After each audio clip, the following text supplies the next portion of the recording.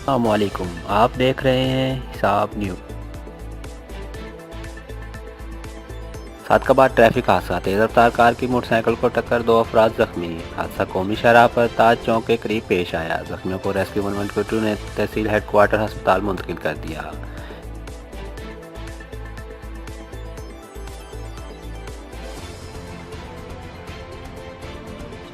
Sadiqabad traffic हादसा, तेज़ रफ्तार कार की मोटरसाइकिल को टक्कर, 2 अफराद जख्मी। हादसा कौमी शाहराह पर ताज चौक के करीब पेश आया। जख्मियों को रेस्क्यू 112 ने तहसील हेडक्वार्टर अस्पताल मुंतकिल कर दिया।